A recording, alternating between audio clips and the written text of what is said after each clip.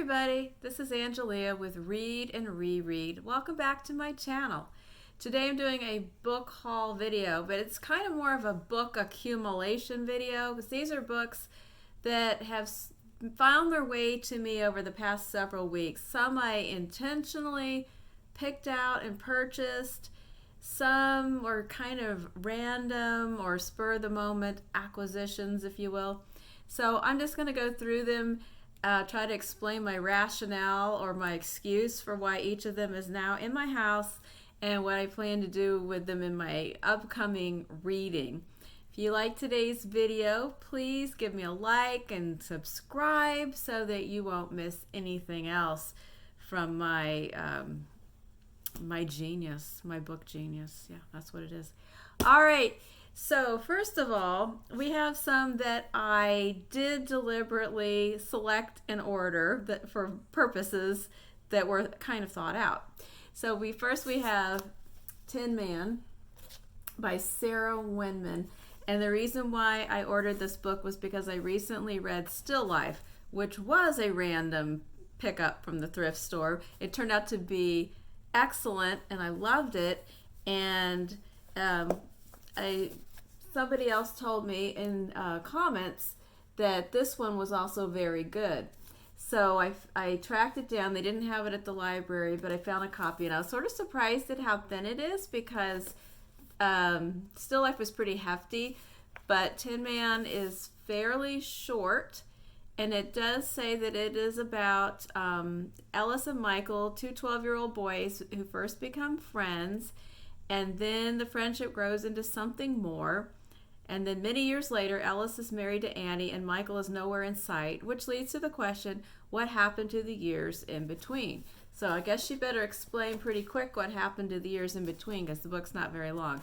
But I'm really looking forward to reading this, and I'll let you know what I think when I read it. Then another one I got at the same time was The Glass Hotel by Emily St. John Mandel, which is, I have read it before and I loved it, but when I read Sea of Tranquility recently, I really wanted to go back and refer to this book and have my own copy of it, and I will reread it. And I'm also trying to get a nice hardback of Station 11 when I find one and the price is right. So I'm sort of just completing my collection of what I want to own by that author.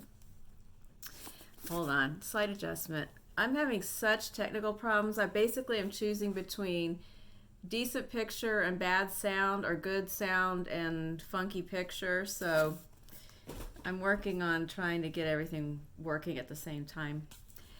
The next one is Eudora Welty's Collected Stories.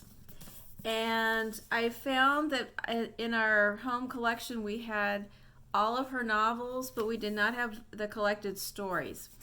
And I was thinking about that because I had read Anne Patchett's book of essays recently, These Precious Days, and she talks in there about when she wrote a foreword to a different edition of the collected stories. It's not in this one that I ended up buying, and I went around looking and I realized I have random stories in different anthologies, but I didn't have the full collected stories.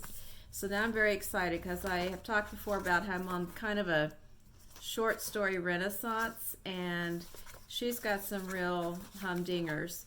So I will be reading this off and on forever now because I have them all and I'm excited. Okay, then let's see. This one's moving into slightly more random territory, but not totally random. I was at Book People in Austin a few weeks ago, and I bought this book. You just have to look. I mean, look how pretty it is. It's got all this nice gold glittery lettering on it. And this is The Hour of the Star by Clarice Lispector. And I'm not 100% sure that's how you pronounce her last name.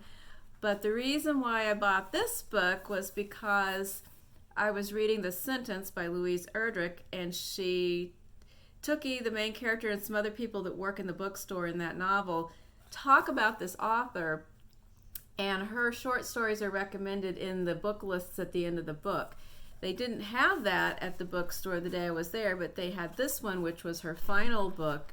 It's sort of a novella, and also it was pretty, has a foreword by Colm Toibin, and so it was semi-random, but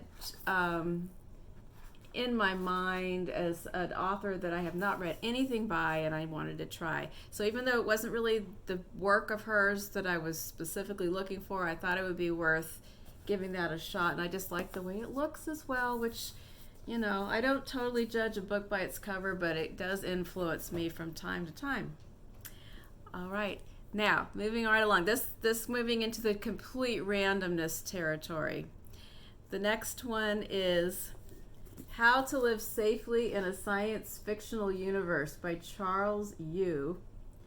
And I did get this at the thrift store for $2. Now, the reason why I picked it up was because I did read Interior Chinatown last year, and I liked it. I didn't love it, but I liked it, and I was very intrigued by Yu's writing style. And when I looked at this book, first of all, I don't know how well you can see the cover, but it has all these little outer space ray guns, except when I looked at it long enough, I realized one of them is actually a dog. And so I loved the cover, and I flipped through it a little bit, and it looks kind of experimental, which was interesting to me. And then because this book came out in 2014, the blurbs kind of cracked me up because there's some blurbs from well-known authors, but back before their most famous books came out. So one of the blurbs is Colson Whitehead, author of Sag Harbor. This book is cool as hell. If I could go back in time and read it earlier, I would. Well, we know what became of Colson Whitehead in more recent years, and there's a couple other authors back here too. So anyway, I just thought it might be fun. I don't know when I'm going to read it. I might read it next week, or it might sit around a long time because it's not in my plans exactly, but I just liked it, so here it is. And then perhaps the random thing of all in my thrift store adventures is Stacey Abrams' book While Justice Sleeps, which is a legal thriller. Now, the reason why I bought this book was because very recently I had a conversation with someone, and what we were talking about was some volunteer work for the local Democratic runoff, which we were participating in. But she said, hey, well, did you read Stacey Abrams' thriller? It was actually pretty good. And I was like, no, I didn't know it was good. And I do like Stacey Abrams, the person, the politician. So I saw it on the shelf at the thrift store for $1.99. And so I thought, I do like to read think thrillers, sometimes just in between other books just for fun, because I just like a fast-paced kind of fun book once in a while. So I thought this will fit the bill when that mood strikes again. Might be a good trip read, hotel read kind of thing. So I did pick it up, and I will read it when I get in the mood. Okay, so last but not least, in my haul is something very exciting and fabulous, which is not random. It was a special gift to me for Mother's Day. It weighs 900 million pounds. Here it is. Da, da, da, da. A Charles Dickens box set of Penguin cloth-bound classics. I'm in love. And in this set, we have Bleak House, Hard Times, Oliver Twist. I'm not even looking at the camera. Great Expectations, Christmas Carol, and A Tale of Two Cities. And sorry, I'm recording on a different device today, so I am all backwards and sideways. But I'm really excited about this set. And I did drop a hint about wanting this real bad, because I want to read some Charles Dickens this year. When we moved into this house, our books had been in storage for a year. And right before we moved, well, let me back it up. So we were in a bigger house, and it was time to sell and downsize. And so I did a huge clear out, and I gave away a lot of books. And I kind of lost track of what I actually had, because they went into storage for a year in the interim, and I only kept out enough for like one small bookcase, and used a lot from the library for a year. Then we got into the new house, unloaded everything, and there was weird gaps. Like, I don't know if I gave away some wrong things or just misremembered things, but I was thinking about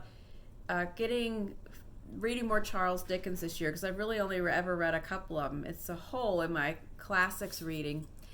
And when I looked on the shelf, all we had was A Christmas Carol and David Copperfield, and then one kind of weird book of his, sort of like, lesser known, odd, random, miscellaneous writings. And by the way, if you take a shot for every time I've said random in this video,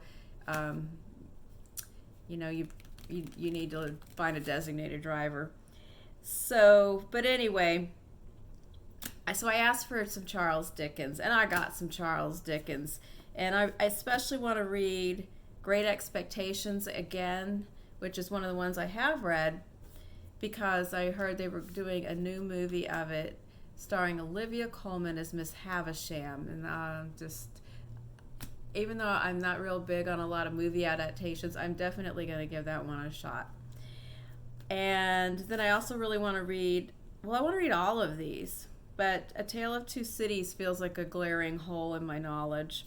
And a lot of friends have told me that Bleak House is excellent as well. So anyway, eventually I'll read them all. So I'm very excited about my giant, hefty set of Penguin Clothbound classics. All right. So those are some things that I will eventually work into my reading schedule. Right now, I'm just finished reading Joan is Okay, and I started The Great Circle. And I will be talking about those and the other ones that I read in May in a week or so when we get to the end of the month. And we'll see where I end up. Probably The Great Circle might be the last one, but there might be something else after that I squeeze in under the wire. Anyway, I hope you have an excellent day. Let me know if you've read any of these books, or if you yourself are guilty of making spur-of-the-moment purchases as I am. And please remember to like and subscribe. Thank you so much. See you soon.